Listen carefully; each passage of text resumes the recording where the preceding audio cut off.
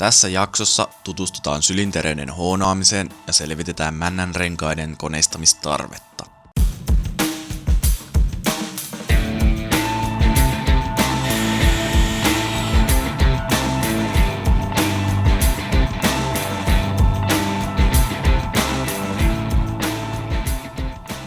Nyt kun saatiin tosiaan tuossa maalattua tuo lohko ja nyt lähdetään seuraavaksi tässä sitten eteenpäin ja meillä on täällä tämmöinen venttiilinostajakuppi, jonka tehtävänä on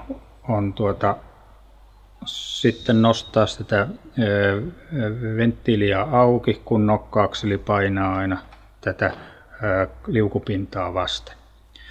Ja nythän tässä nähdään selkeästi, että tämä on viallinen nostajakuppi.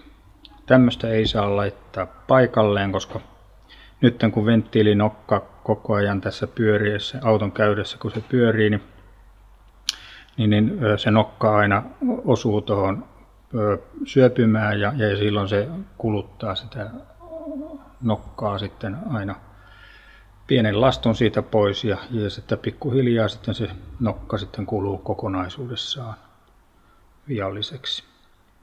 Eli tämän osalta tämmöistä ei saa laittaa paikalle.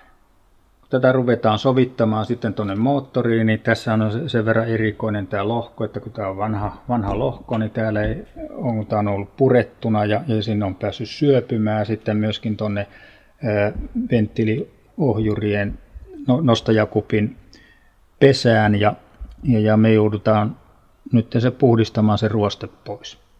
Ja sen ruosteen poistaminen ja tuon putsaaminen niin käy tosi hyvin sitten ihan tämmöisellä pienellä hoonauskivellä ja tässä on tämmöinen kaksiosainen hoonauskivi. Näitä on myöskin kolmiosaisia, mutta tämä käy tähän oikein hyvin ja tämän osalta silloin kun lähdetään sitten hoonaamaan, niin tuolta ylimmäistä tuossa putsattiin jo sitä puhtaaksi ja huomattiin, että siellä on niitä syöpymiä ja tuonne kun me saadaan toi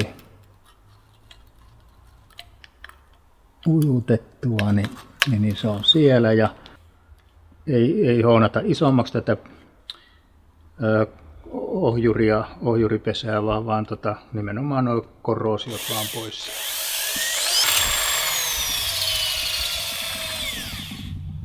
Näyttäisi siltä, että taisi sieltä lähtee. Putsata se ja nyt katsotaan miten se sitten onnistuu. Vielä jäi sinne.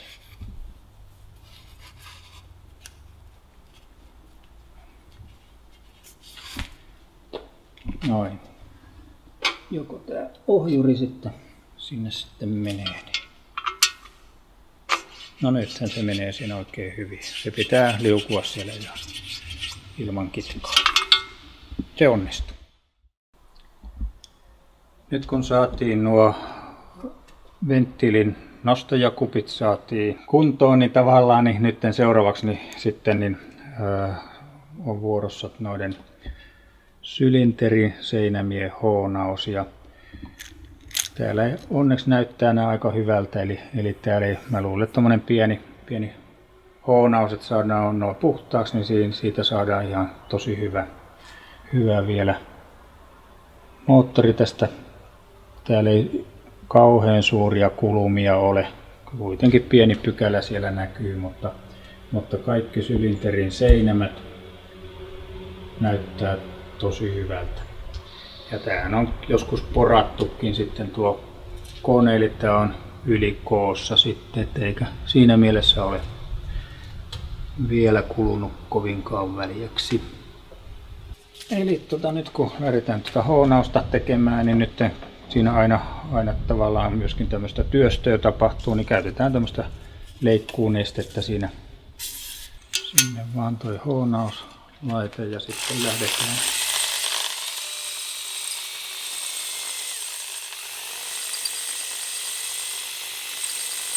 Eli idea on se, että tehdään tuommoista pientä edestakasta liikettä, ettei yhdessä kohdassa sitä junnata, että täällä kun on kuitenkin, se ei ole ihan pyöreä taikka se on vähän niin kuin pulleampi tuosta yleensä keskeltä on toi sylinteri, niin, ja sitten täällä on myöskin tämmöistä kulumattomuutta on sitten tietysti täällä, missä ei männän renkaat vielä ole kulunut, niin pysyy toi kivikin sitten parempana, kun tehdään semmoista tasasta liikettä.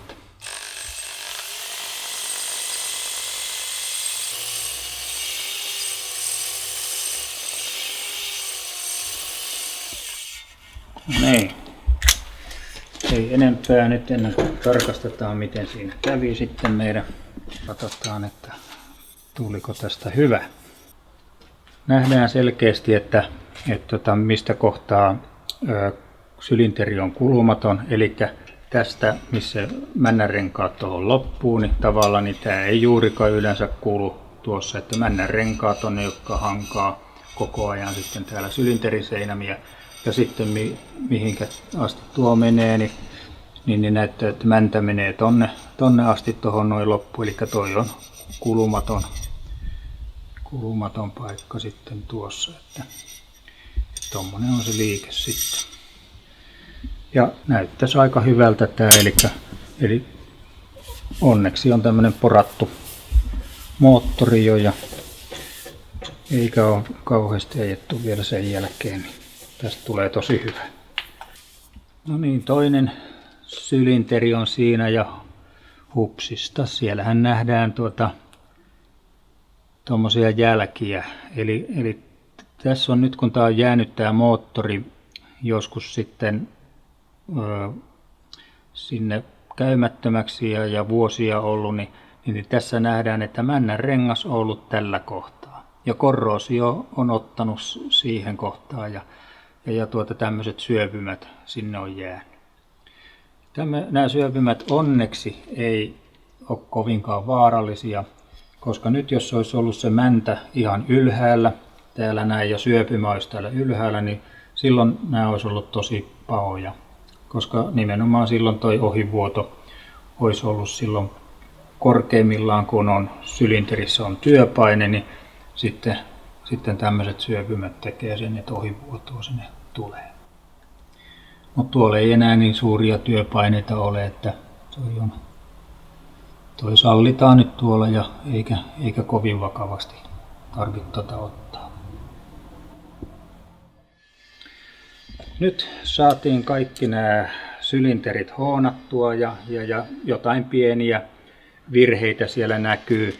Esimerkiksi tuossa näkyy tuommoinen virhe, joka on poraajan virhe sikäli, että siellä on, kun tämä on porattu, niin siellä on pora nostettu poranterä ylös ja tuommoisia viiva tullut siellä. Mutta sitten täällä on myöskin tuommoisia syöpymiä sitten täällä, mutta ne nyt ei haittaa mitään. Tästä tehdään tosi hyvä kone. Ainoa mikä tässä on ollut probleemana, että tämä on porattu, laitettu uudet männänrenkaat, männät sinne ja silti tämä on huohottanut tämä moottori aika lailla. Ja nyt selvitetään, että miksi näin on tapahtunut, niin epäilen, että männänrenkaissa on se vika. Otetaan tuosta männänrengas käyttöön ja koitetaan sillä, ettei tämä katkee sitten ja otetaan tuosta puristusrengas. Puristusrenkaalaan ei ole yleensä sitten semmoista probleemaa, että se voisi väärinpäin laittaa. Et jos siellä on, niin siellä monta kertaa lukee toppi, taikka sitten täällä on sitten semmoinen pieni urao, mutta tämä näyttäisi olevan, että tämän voisi laittaa molemmin päin. Mutta aina pitää katsoa, että kummin päin männänrengas on. No niin, sitten katsotaan, että onko tämä männänrengas homma sitten onnistunut tässä koneessa, niin laitetaan se vaikka tohon noin. Ja sitten sinne huomata, että tässä on tämä kulumaton osuus on tässä näin. Ja nyt kun mä sen tohon laitan, niin ei voi muuta sanoa kuin, että voi. Tehty moottoriremontti ja tehty täysin väljä moottori.